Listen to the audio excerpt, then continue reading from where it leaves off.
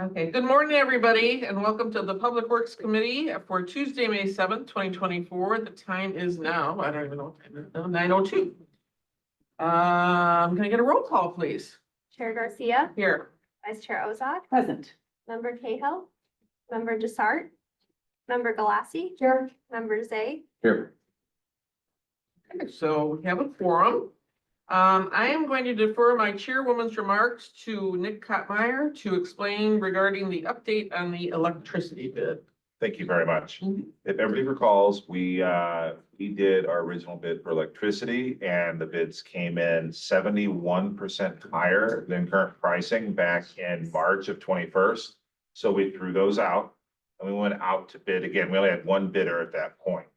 On April 24th, we went out.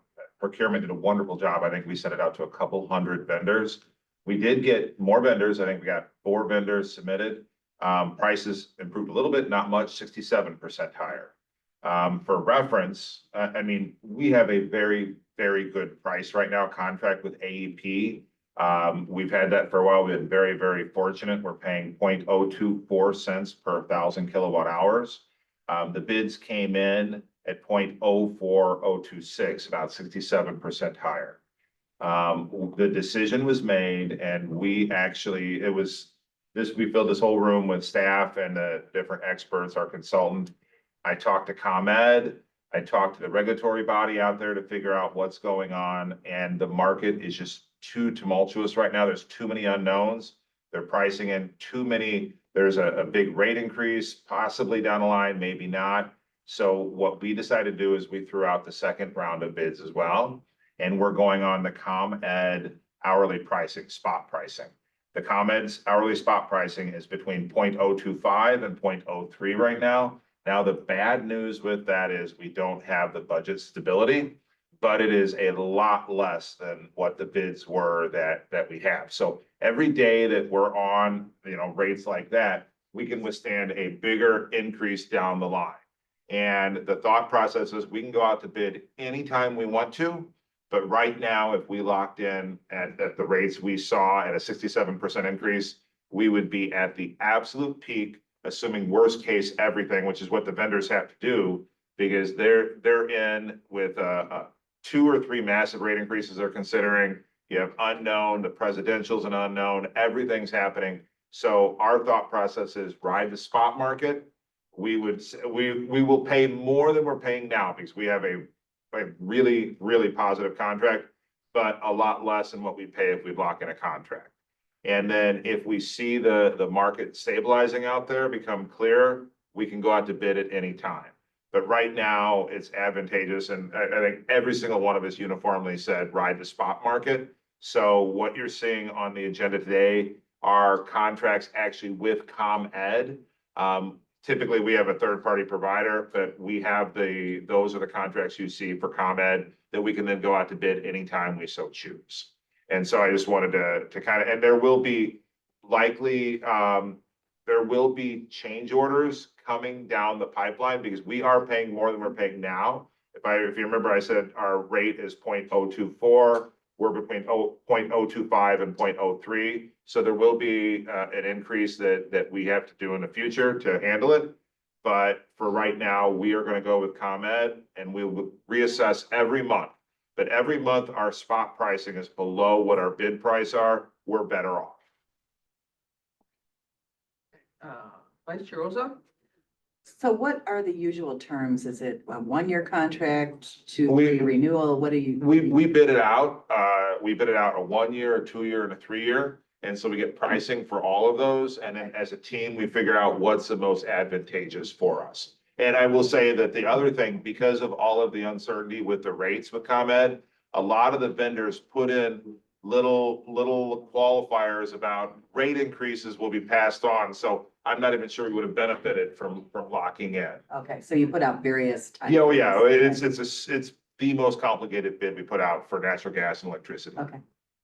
Thank you. Could you what is the spot market? So, So what it's is like that? it's an hourly rate that ComEd charges Okay. to its commercial customers. And it's basically, it's a pass through, whatever ComEd's paying, they kind of pass it through. It'll surge, it'll go down. It changes hour by hour, Okay, but it's by ComEd and they base it off of their expenses with a markup. okay, and then that's what you're watching, so then if you stop, go That's what too that's high, what then we you- will pay. That's what we're on right now. And that will go up Right, over right, time. right, And, but, you know, it's one of those that once we have stability in the market, that the bidders will continue. I mean, like I said, we made a lot of calls during that to contacts we know, right. and everybody was just, it's uncertainty. That's Sure, what's sure. driving it. So then if you saw, so you were saying, so if you saw it go too high, then you could go out for bid. We can go out to bid, we can go Okay. out to bid, but I Okay. will say, I doubt if I think the times of the energy pricing that we were able to accomplish over the last probably 8 years here at the county Mhm. is probably a thing of the past. Okay, With all of the regulatory changes that ComEd's passing through, it's a thing of the past, so we'll have to plan accordingly. And we know that, so the budgets in 25 will have to reflect those. right, thank you. One more question from Vice Chair Ozak. Another question. This is an Econ 101 question.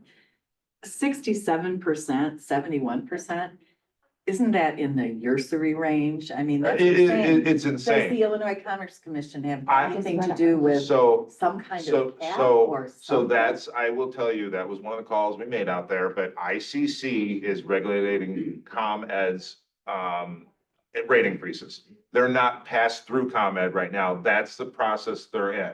So, but the problem is ComEd went in with really, really big rate increases and ICC is reviewing them. And all of these vendors who passed it on are assuming those rate increases will pass through in its entirety through ICC because they can't assume anything else. So we almost have to wait till ICC gets through with the ComEd rate analysis and going through that. And the thing is, we would be paying these prices. I mean, it could take ICC 6 months to do it. Okay, And we're gonna be paying, you know, these massive prices while they're working it out. So that's So are with they- everything in totality, that's why we said spot pricing. so until the ICC comes through with a ruling, are they in kind of a limbo that they can do what they want? Well, Or is it keep coming in from mind, the vendors? Is that? these vendors don't know when that ICC rate increase is gonna go through. So they're And so they have to covering their- price it in, they have to come, they can't lose, they're not gonna lose money. Got it. And so they have to price in that uncertainty, and it could happen in 2 days, it could happen in, 4 months. And so Or it could that's, not happen. or, that's what we don't know. And one last in the weeds question, if we are doing this spot market, are we dealing with vendors or are we dealing with ComEd, directly? that's Okay. that's what you see these contracts on. But there that's for. not an option with the regular contract. It has. to be No, through because vendors? the ComEd won't lock in those long-term. That's the benefit of what we've done, or those long-term pricing is Okay. we've been locking in for a year, 2 years, we've done 3 years. It's huge budget stability, and that's why Right. we've done it. And Okay. we've lucked out time and time again, but I think now everything's kind of coming, we're gonna Okay. pay the price this time. Thank you. I mean, and again, I'm not sticking for ComEd, but this just isn't ComEd doing it. It's the state and federal regulations that Oh, are being put absolutely. on them. So it's not like they're gonna lose money. And like we saw with the thing with the nuclear, state law was passed where we got hit with what, $300,000-400,000 on Yeah. top of that. So There are, this there are is- federal there's a lot of- programs and there's a state lot of issues programs out that there. ComEd has to incorporate, and that's part of the ICC. Now, the one silver lining, if you can say the silver lining, if the rates go up, that what we talked about, that surcharge for the nuclear theoretically comes off, because it's linked as it goes up, that comes off, but if they have low rates, then they charge a surcharge. So there'll be some balancing on that, but there's still gonna be more expenses moving forward. right, and spot rate is basically more during the day, less at night, Mhm. more during hot days, less during cold days. So I mean, that's what you will see. That's when you want to run stuff at night or Yeah. do whatever. That's, that's why it changes so much. So we should change the work date to, We're going midnight to 8 from now on, yes. Yes. that was a joke. Just turn the air down a A little. bad joke. Just turn it down. Okay, Okay, anybody else have any questions on this? thank you. Okay. Moving on, then, public comments. Is there any public comment? Yeah, we have one public comment or Okay. Bill Buchanan. Bill Buchanan, speaking about the Heritage Gallery. Up here. Good morning, Philip Buchanan, Heritage Gallery. Good morning, Chair Garcia, Vice Chair Ozog, members, Nick, Tim, staff, residents. Quick note, another important step for the Heritage Gallery today. I'm looking forward to working with Taylor Studios and Taylor Studios senior designer, Grace Carroll. Thank you one and all. Thank you for your comments. Okay. Moving on to approval of the minutes, looking for a motion to approve 24-1384 Public Works Committee meetings. Regular meeting of Tuesday, April 16, 2024. We've got a motion, Second. seconds, any questions, discussion? All those in favor? Aye. Any opposed? Motion carries. Moving on to budget transfers, looking for a motion to approve 24-1385 facilities management, total of $385,950 budget transfer needed to capitalize TGA Park, the election warehouse in Glendale Heights Traffic Court per GASB 87 and revised finance policy. Funds will move from account 1,100-53400, rental of office space in the amount of $385,950 to account 1,100 540001700 building leases. There's a motion, Second, Oh, so moved. second. motion second. Any discussion on this? All those in favor? Aye. Any opposed? Motion carries. Looking for motion to approve 24-1386 payment of claims for public works and facilities management. So moved. Second. Motion a second. Any discussion? All those in favor? Aye. Motion carries. Looking for a motion to approve PWP 001124 recommendation for the approval of a contract to Mid-American Water to furnish and deliver sewer and water replacement parts on an as-needed basis for public works for the period of May 14, 2024 to May 13, 2027, for a total contract amount not to exceed $120,000. So moved. Second. Motion second. Any discussion on this? Okay. All those in favor? Aye. Any opposed? Motion carries. Okay, looking for a motion to approve other professional services, 24-1387, recommendation for a contract to Donnelly and Associates, Inc. to provide professional on-call elevator consulting services for the period of May 7th, 2024 through May 6th, 2026 for a amount not to exceed $20,000. So moved. Second. Motion second. Any discussion? Members A. Yeah. Why is this not suitable for competitive bid? This is engineering design for its elevator designs for some of our forthcoming operators. Nobody else engineers? Under $30,000, we select, we Okay. discuss with 3 firms. Okay. It's for engineering design. Okay, thank you.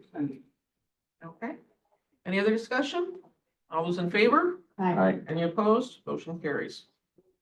Looking for a motion to approve FMP 002224, recommendation for the approval of contract to Taylor Studios, Inc. for professional design services for the Heritage Gallery in the JTK building for facilities management for the period of May So 15th, moved. 2024 through November 30th, 2025 for an amount not to exceed $45,000. Got a motion?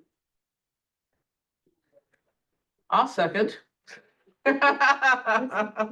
Any discussion? Members A. Yeah, we had a long discussion on this. This is just for preliminary Correct. design. Because the more I thought about, I know member Cahill's not here, her idea of having a traveling exhibit that could go to city halls and libraries and everything and talk about diversity and equity in DuPage County makes more and more sense to me, that more and more people will be able to see it. But hopefully, you know, we can go here because I don't think, again, I don't mind spending the money, but just a lot of people come to this building. I mean, they just don't. And I You want to add that? I just want to add one thing. So we heard a lot of discussion before and we tailored this contract exactly for the discussion. You notice there's 45,000 in it. This committee was comfortable with 30,000 and that's how we did. That's the initial design. The next 15 requires us to come back to you to say, here's our design. And that allows the, construction drawings at that point. But you guys will see it again before we go into that 15,000. So again, this will be discussed in the committees that they're having with Taylor Studios. So if that's something that you're interested in doing, I know Keith has been counting up the people. We have quite a few people actually that do come through. What was your total count? It's an estimate, 105 to 110,000 that come through. That's everyone. So if someone comes for one thing, say in planning, or Right. for a permit, it could be 3 or 4 people for one event, but we count the people that come through the magnetometer. Right. We do that about 8 weeks a year, and then we get an estimate, an approximate. And I appreciate you for you doing the work on counting that for us. So we do have quite a few people in here. That's something that can all be brought up. Member Zay? Well, people that come in the front entrance, but most of the people that come in stay on that side of the building. They don't go past the clerk's office, they don't go past the recorder's office, they don't go past the treasurer's office, or they go to the second floor to human services.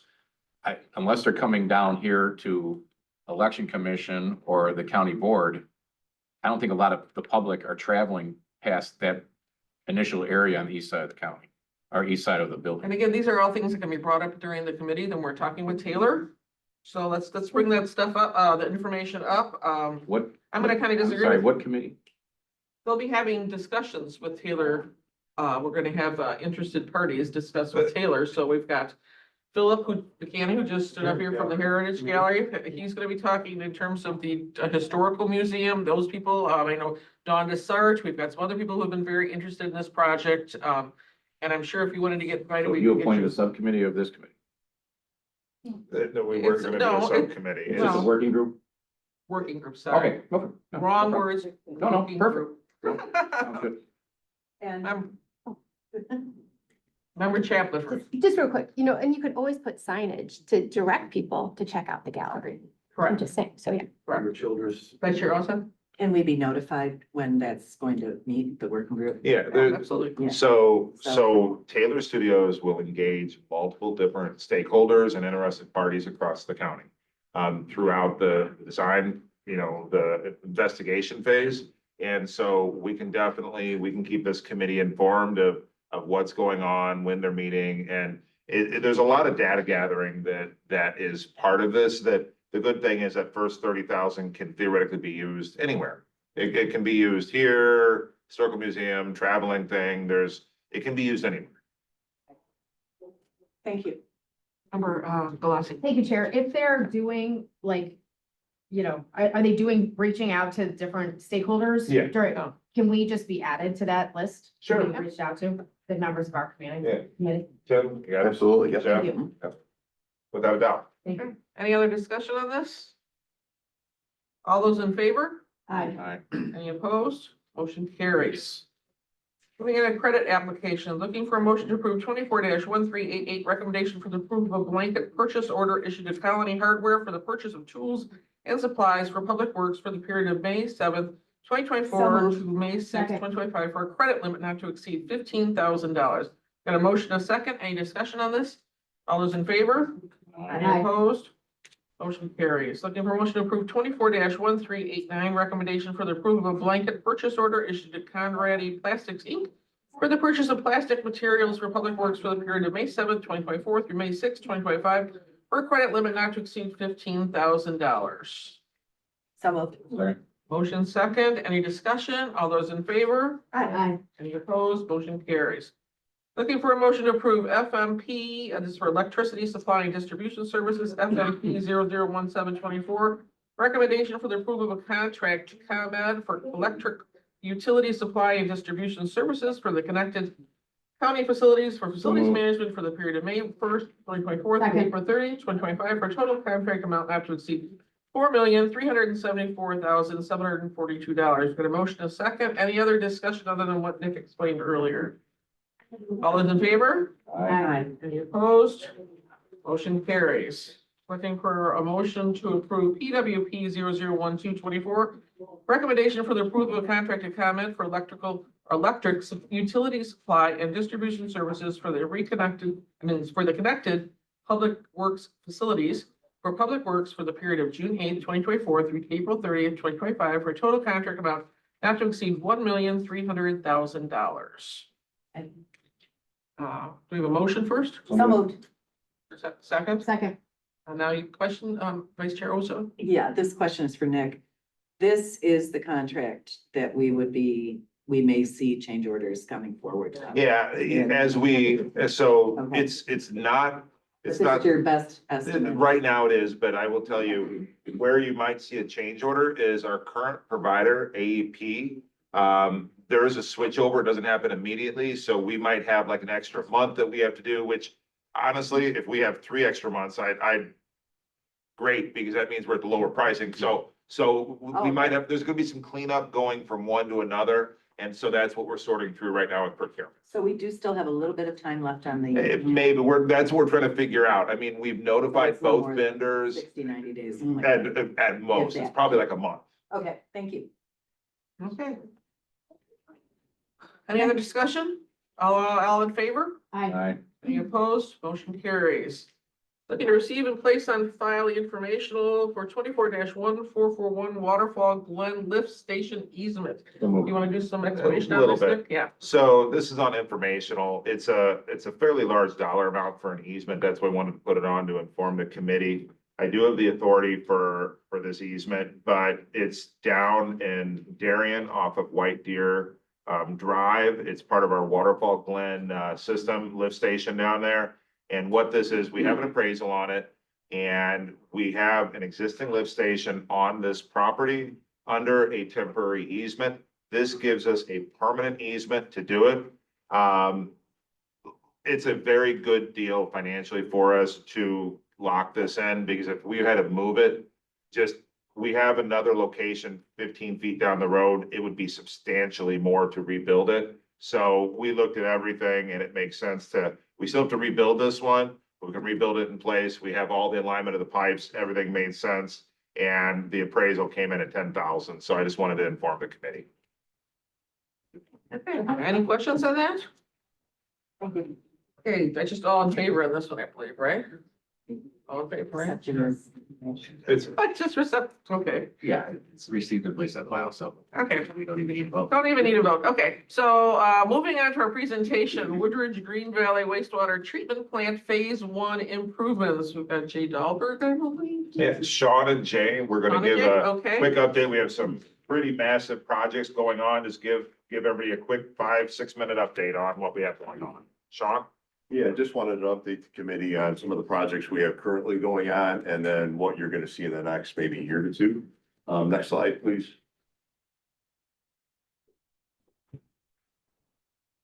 So this is just kind of a rundown of some of the major projects we have going on currently. The Woodridge Knollwood wastewater treatment plant electrical upgrades, well under construction, been working on that for about a year.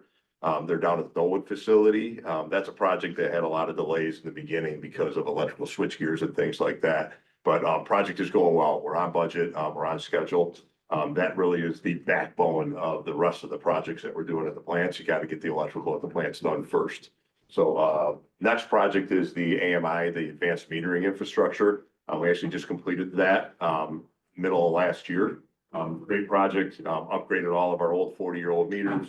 We're actually seeing the benefits of that in unaccounted for water. We're accounting for that water now that we're selling. The biogas project, that's kind of a neat project. We've been looking for some years at how to reuse our methane gas that the plants generate. There's a unique opportunity to be part of a bigger consortium in Chicagoland. So we're partnering with a bunch of other wastewater agencies in DuPage, Kane County.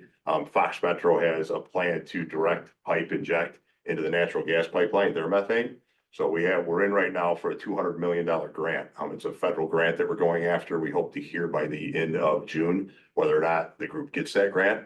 If not, our plan B is to look at reusing it within our plant and our boiler system.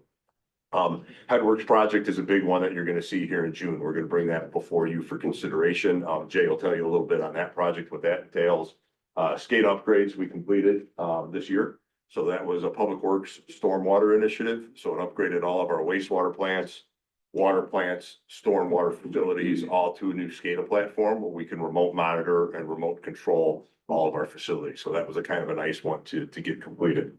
Next one are 3 of our 7 water towers. The last 2 years, we completely rehabilitated the elevated tanks. It's our largest asset in our water group. So those tanks were good for the next 15 years on those tanks. The Nordic wastewater treatment plant, that was a great project for us. Just completed that this year. The plant is performing really well. A few of you are familiar with that. Michelle's working on setting up a ribbon cutting later on this year for everybody. So hope to see everybody out there at that. Next slide.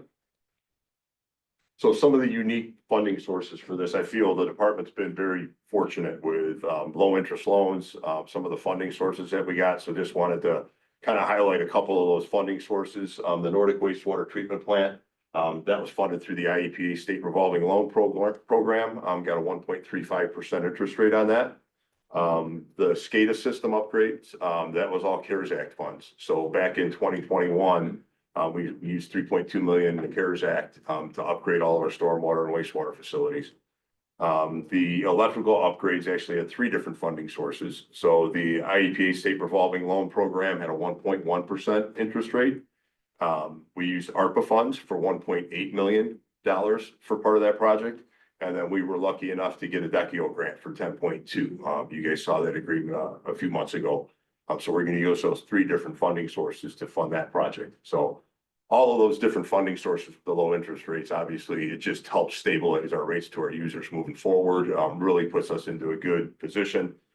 Stan's done a really nice job of navigating all the different things that come along with requirements to meet all those grants, and the funding and the reporting requirements is tough. So I got to give him some credit for that. Next slide. This is the project you're going to see on June 4th. This is kind of a timeline of this project. It's one of the larger projects we have going on over the next few years. Engineers' estimate on this project is $26 to $30 million.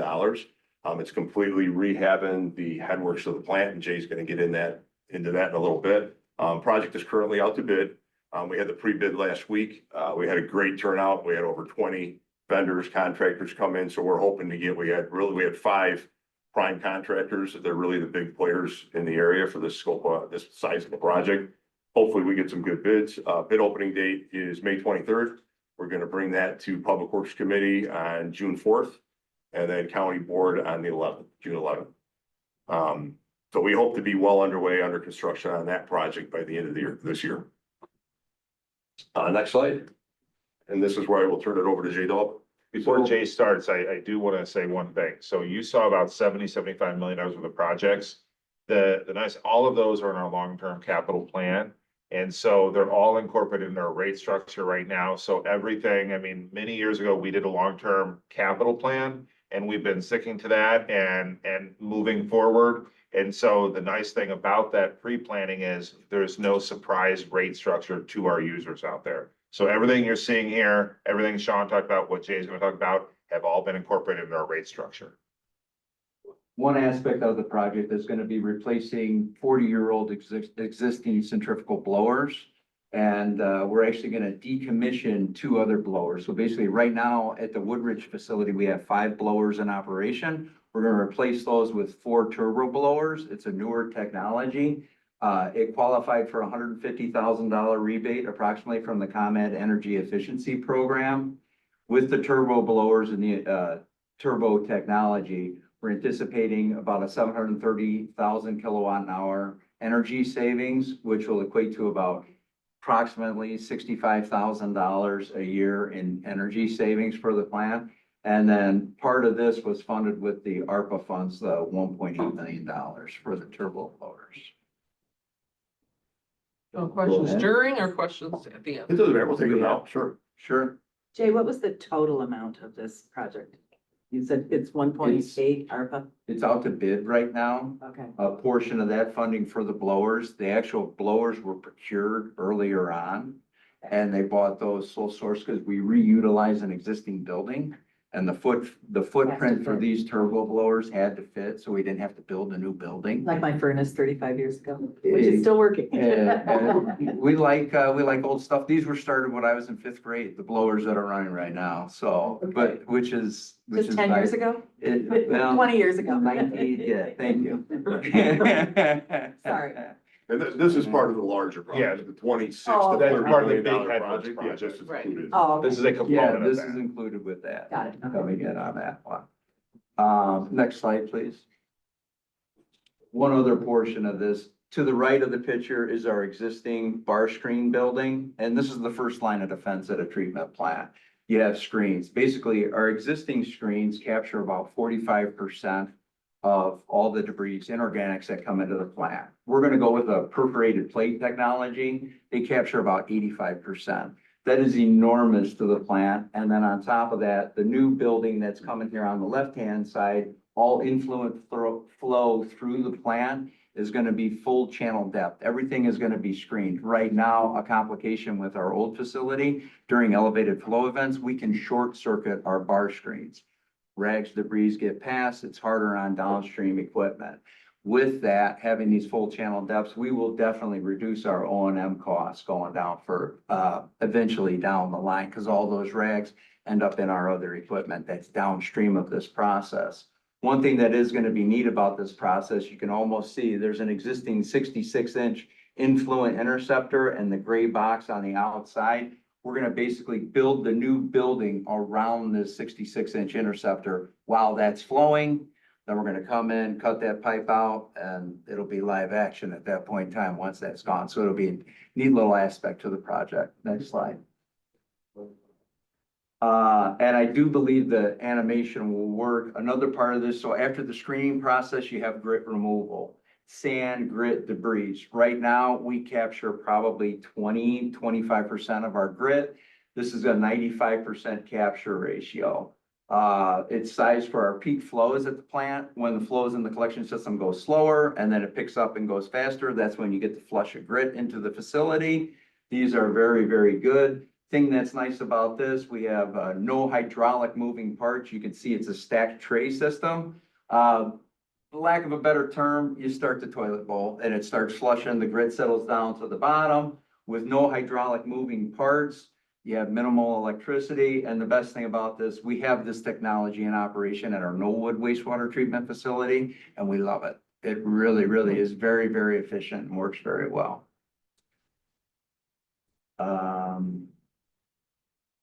And that's what it'll end up looking like once we're all done and said. Next slide.